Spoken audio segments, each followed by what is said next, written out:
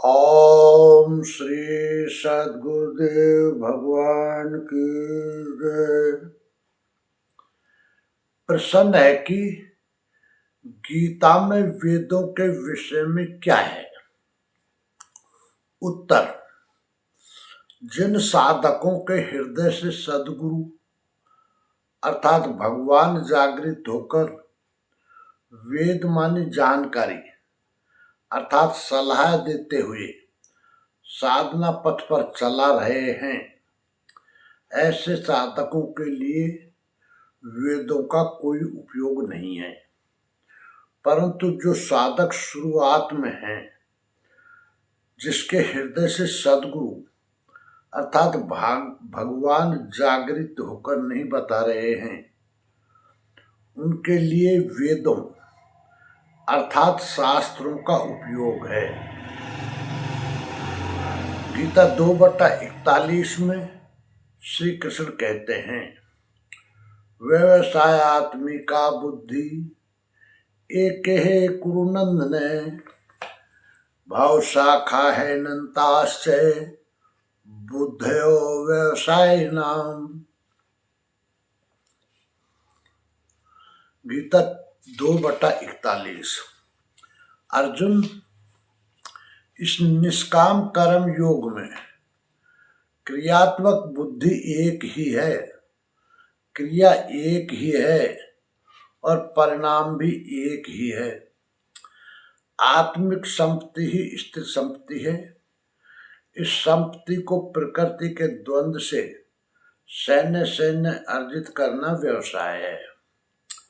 ये व्यवसाय अथवा निश्चयात्मिक क्रिया भी एक ही है। तब तो जो लोग बहुत सी क्रियाएं बताते हैं, क्या वो भजन नहीं करते?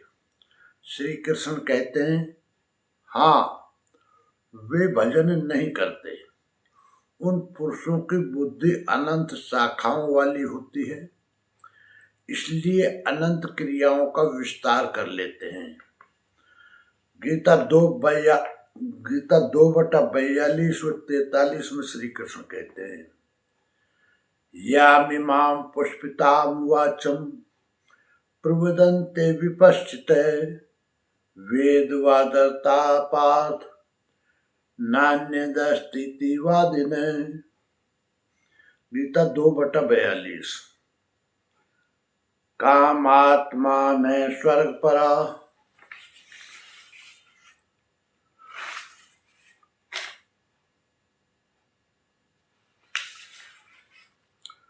जन्म कर्म फल प्रदाम क्रिया विशेष बहुलाम भोगेश्वरीय गतिम प्रति। गीता 2:43। पार्थ, वे कामात्मा ने कामनाओं से युक्त वेदवादता वेदों के वाक्यों में अनुरक्त स्वर्ग परा स्वर्ग को ही परम लक्ष्य मानते हैं कि इससे आगे कुछ है ही नहीं।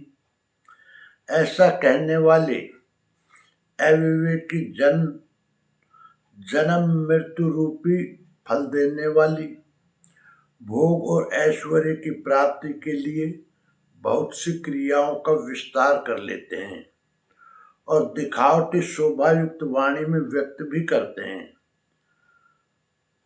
अर्थात अविवेकियों की बुद्धि अनंत भेदों वाली होती है। वे फल वाले वाक्यों में ही अनुरक्त रहते हैं, वेद के वाक्यों को ही प्रमाण मानते हैं, स्वर्ग को ही श्रेष्ठ मानते हैं। उनकी बुद्धि बहुत सी भेदों वाली है, इसलिए अनंत क्रियाओं की रचना कर लेते हैं। वे नाम तो परम तत्व परमात्मा का ही लेते हैं, किंतु उसकी ओट में अनंत क्रियाओं का विस्तार कर लेते हैं।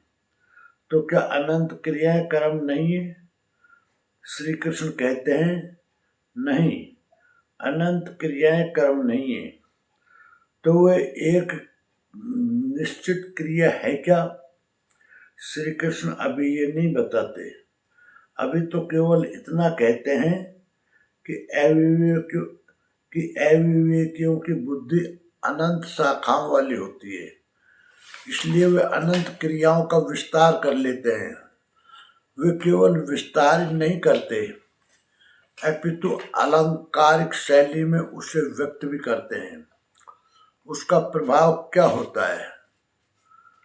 गीता 2/44 में श्री कृष्ण बताते हैं, भोगैश्वर्य प्रसक्ता नाम तया पहर्त चेतसाम व्यवसायात्मिका बुद्धि समाधौ न विधीयते। गीता 2/24। उनकी वाणी की छाप जिन जिन के चित्त पर पड़ जाती है, अर्जुन, उनकी भी बुद्धि नष्ट हो जाती है, न कि वे कुछ पाते हैं। उस वाणी द्वारा हरे हुए चित्त वालों के और भोग ऐश्वर्य में आसक्ति वाले पुरुषों के अंतःकरण में क्रियात्मिका बुद्धि नहीं रह जाती। इष्ट में समाधिष्ट करने वाली निश्चयात्मिका क्रिया उनमें नहीं होती। ऐसे अविवेकियों की वाणी सुनता कौन है? भोग और ऐश्वर्य में आसक्ति वाले ही सुनते हैं, अधिकारी नहीं सुनता।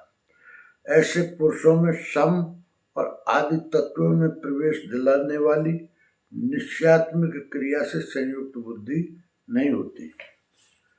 प्रश्न उठता है कि वेदवादरता, जो वेदों के वाक्यों में अनुरक्त है, क्या वे भी भूल करते हैं? इस पर गीता 2/45 में श्री कृष्ण कहते हैं, त्रैगुणीय विषया वेदा निस्तैर्गुण्यो भवार्जुन निर्द्वंद्वो नित्य सत्वस्थो निर्योग क्षेम आत्मवान। गीता 2/45। अर्जुन, त्रैगुणीय विषय वेदा, वेद तीनों गुणों तक ही प्रकाश करते हैं, इसके आगे का हाल वे नहीं जानते। इसलिए निस्तैर गुणियों भव अर्जुन, अर्जुन तू तीनों गुणों से ऊपर उठ, अर्थात वेदों के कार्य क्षेत्र से आगे बढ़। कैसे बढ़ा जाए? इस पर श्री कृष्ण कहते हैं, निर्द्वंद है, सुख दुख के द्वंद्वों से रहित, नित्य सत्य वस्तु में स्थित और योग क्षेम को चाहता हुआ आत्मपरायण हो। इस प्रकार ऊपर उठ। प्रश्न उठता है कि हम ही उठें या कोई वेदों से ऊपर उठा भी है? श्री कृष्ण बताते हैं कि आगे जो भी उठता है ब्रह्म को जानता है, और जो ब्रह्म को जानता है वो विप्र है। आगे गीता 2/46 में श्री कृष्ण बताते हैं, यावानार्थ उदपाने सर्वत्र संप्लुतोदके तावान सर्वेषु वेदेषु ब्राह्मण से विजानते।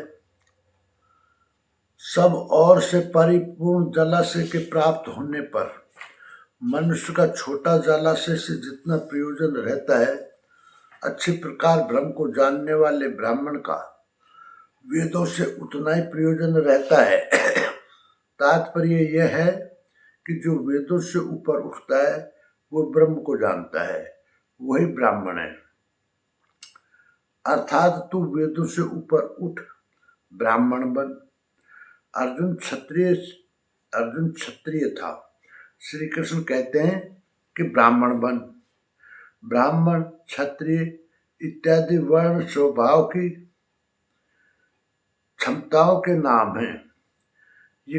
ये कर्म प्रधान है, न कि जन्म से निर्धारित होने वाली कोई रूढ़ी। जिसे गंगा की धारा प्राप्त है, उससे क्षुद्र जलाशय से क्या प्रयोजन? कोई उसमें सोच लेता है तो कोई पशु नहला देता है, इसके आगे कोई उपयोग नहीं है।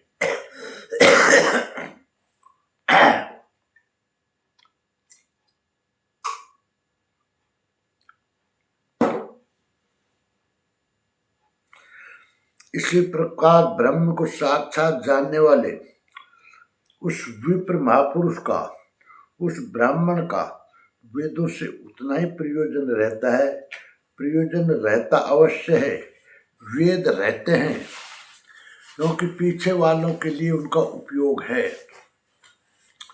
वहीं से चर्चा आरंभ होगी। गीता 2:53 में श्री कृष्ण कहते हैं, श्रुति विप्रतिपन्ना ते यदा स्थास्यति निश्चला समाधाव चला बुद्धि तदा योगमेवाप्स्यसि। गीता 2:53। अनेक प्रकार के वेद वाक्यों को सुनकर विचलित हुई तेरी बुद्धि जब परमात्म स्वरूप में समाधिस्थ होकर अचल स्थिर ठहर जाएगी, तब तू समत्व योग को प्राप्त होगा, पूर्ण सम स्थिति को प्राप्त होगा, जिसे अनामय परम पद कहते हैं। यही योग की पराकाष्ठा है और यही अप्राप्य की प्राप्ति है। वेदों से तो शिक्षा ही मिलती है, किंतु श्री कृष्ण कहते हैं श्रुति विप्रतिपन्ना, श्रुतियों के अनेक सिद्धांतों को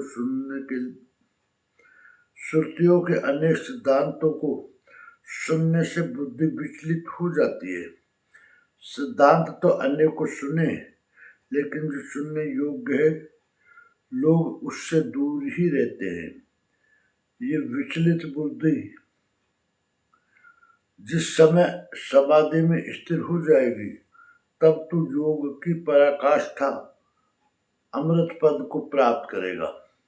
गीता 3:15 में श्री कृष्ण कहते हैं, कर्म ब्रह्मोद्भवम विद्धि ब्रह्माक्षरम समुद्भवम तस्मात् सर्वे गतं ब्रह्म नित्यं यज्ञे प्रतिष्ठितम्। गीता 3:15। यज्ञ कर्मों से ही उत्पन्न होने वाला है। कर्म से यज्ञ पूर्ण होता है। इस कर्म को वेद से उत्पन्न हुआ जान। वेद ब्रह्म स्थित महापुरुषों की वाणी है। जो तत्व विदित नहीं है, उसकी प्रत्यक्ष अनुभूति का नाम वेद है, न कि कुछ श्लोक संग्रह। वेद अविनाशी परमात्मा से उत्पन्न हुआ जान। कहा तो महात्माओं ने, किंतु वे परमात्मा के साथ तद्रूप हो चुके हैं। उनके माध्यम से अविनाशी परमात्मा ही बोलता है, इसलिए वेदों को अपौरुषेय कहा जाता है। महापुरुष वेद कहाँ से पा गए? तो वेद अविनाशी परमात्मा से उत्पन्न हुआ। वे महापुरुष उसके तद्रूप हैं। वे मात्र यंत्र मात्र हैं, इसलिए उनके द्वारा वही बोलता है। क्योंकि यज्ञ के द्वारा ही मन के निरोध काल में वह विदित होता है। इससे सर्वव्यापी परम अक्षर परमात्मा सर्वदा यज्ञ में ही प्रतिष्ठित है।